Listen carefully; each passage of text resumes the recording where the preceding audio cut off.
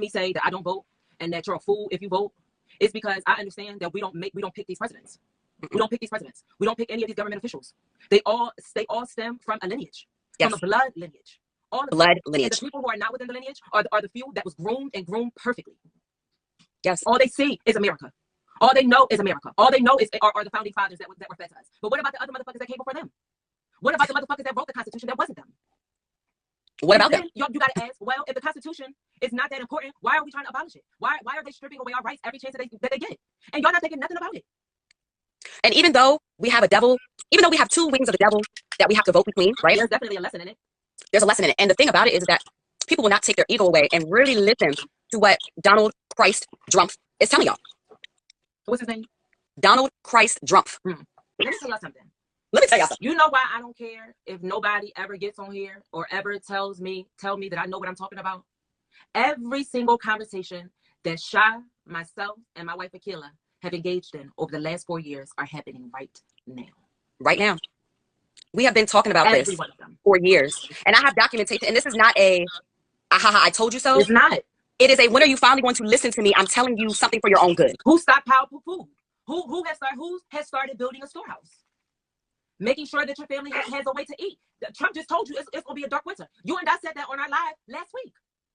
2 lives before that. Facts.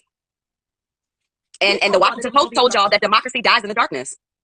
Let's look up democracy. Come on. Can you believe that? Let's do democracy because we're gonna go to school tonight. Go ahead. Let's study a little bit, y'all. Go ahead. So that we can the Washington Post since 2017. That is when I started Divine Chakras. Ashe. 2017, the Washington Post, their slogan has been, democracy dies in the darkness. I'm gonna let y'all really think on that for a second because this whole darkness thing is a thing. Oh, this is deep. Woo! This is why you got to know words. Etymology. And why you got to care to look up a word. Because as a sheep, which we all were, well, not myself no more. I've taken myself out of their status. I'm no longer a sheep. But when you operate in the mind of a sheeple, you allow people to speak words to you and over you. And you'll never, ever take a moment to go back and to research, right? I don't care if you don't go into the etymology of it. Go to the definition. Because the words are going to help you to interpret what is being said to you. When your politicians are getting up and speaking in front of you, when your celebrities are getting up and speaking in front of you, when your singers, your favorite artists are getting up and speaking in front of you, when they're telling you to go out and vote and die, and you never use your common sense to say, well, why I got to die? Why I got to die? Why? It's the death for me. It's the death. It's the involuntary death for me. It's the curse for me. Because to tell me to vote or to die is to tell me that you taking away my choice, nigga. Because I can think of 50 other choices besides dying. Vote or take a walk. Vote or meditate. Vote or smoke. Let's go to the definition of democracy because you said. Come on, baby. Who made the statement? Democracy dies. The Washington Post. It's their slogan since 2017.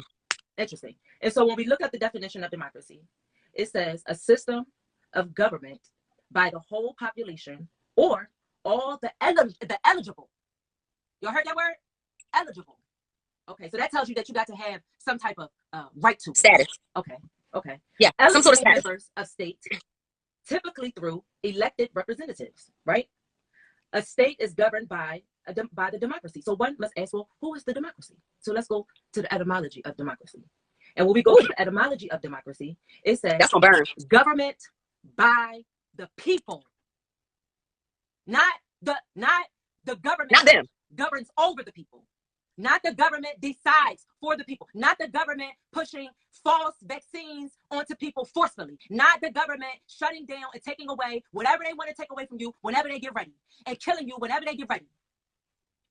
Democracy is government by the people. You want to know? Do y'all want to know what your so-called Obama president said? Y'all favorite president? Obama said, and I saw a speech, he said that the people do not have the capacity to govern themselves. Bitch, I swear to God. I swear to God. Do you remember when we had this conversation and I was telling you about that one speech where I listened to this man basically say and insinuate that we were not smart enough or aware enough to govern? We were that dumb that we need beings outside of us to dictate what you can do, where you can go, what you can eat, what you can take, how you can dress, what you can believe. Because democracy is government by the people. So when you hear a statement, democracy dies in darkness, somebody tell me what that reads, how that reads to you, what that sound like to you. It sounds like snatching away the power You're of the right. gospel. Does it not? Okay. That Black Lives Matter being painted in the streets meant absolutely nothing, and that they will go out again and murder another black body in the street. They did it 3 more times. They did it 3 more times, and they're going to do it again. And they're going to do it again. They're going to do it again. And what's interesting is, yesterday when it happened, I posted up that Philadelphia is giving them the energy that they need because nowhere else where they've engaged in ritual of killing a black body has conjured the energy that they needed to conjure, right? And so we keep seeing these rituals play out because we keep telling y'all everything is ritual. They won't show y'all nothing else. They'll censor everything else, but they'll show a black nigger being murdered and shot in the head with his brains being slandered. Do you understand what I'm saying?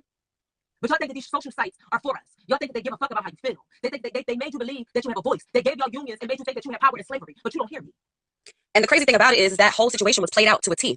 It was a whole ritual. It plays the same exact way every single time. And every single time, what do people do? What if that was your son? Oh my God. What if that was your daughter? Oh my God. And here we are fighting amongst each other, while the same people that shot your son is laughing at your ass. Ain't no law. And they know the law. Ain't no law. And they know that the reason why they're killing y'all is because you're dead in the system. That's why they can legally murder us in the street on camera. But they gave the police body cams. But they made them wear body cams.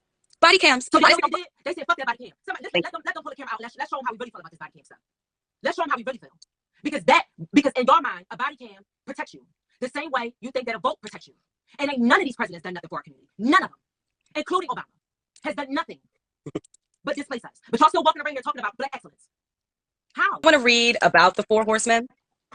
Just a small excerpt on exactly what we're dealing with here. Mm-hmm.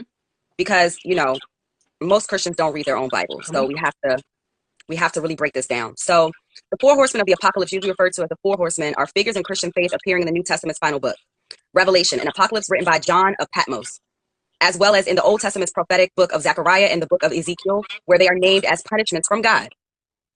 Okay, so Revelation 6 talks about a book/scroll in God's right hand that is sealed with 7 seals. The Lamb of God/Line of Judah opens the first of these 7 seals, which summons 4 beings that ride out on white, red, black, and pale horses. Which is to Zechariah, they are described as the ones who the Lord has sent to patrol the earth, causing it to rest quietly. Ezekiel lists them as sword, famine, wild beasts, and plague. Come on. In John's Revelation, the first horseman is on a white horse carrying a bow and given a crown, riding forward as a figure of conquest, perhaps invoking pestilence, Christ, and or Antichrist. The second carries a sword and rides a red horse and is the creator of war. The third is a food merchant riding upon a black horse, symbolizing famine. The fourth and final horse is a pale green, and upon it rides death, accompanied by Hades.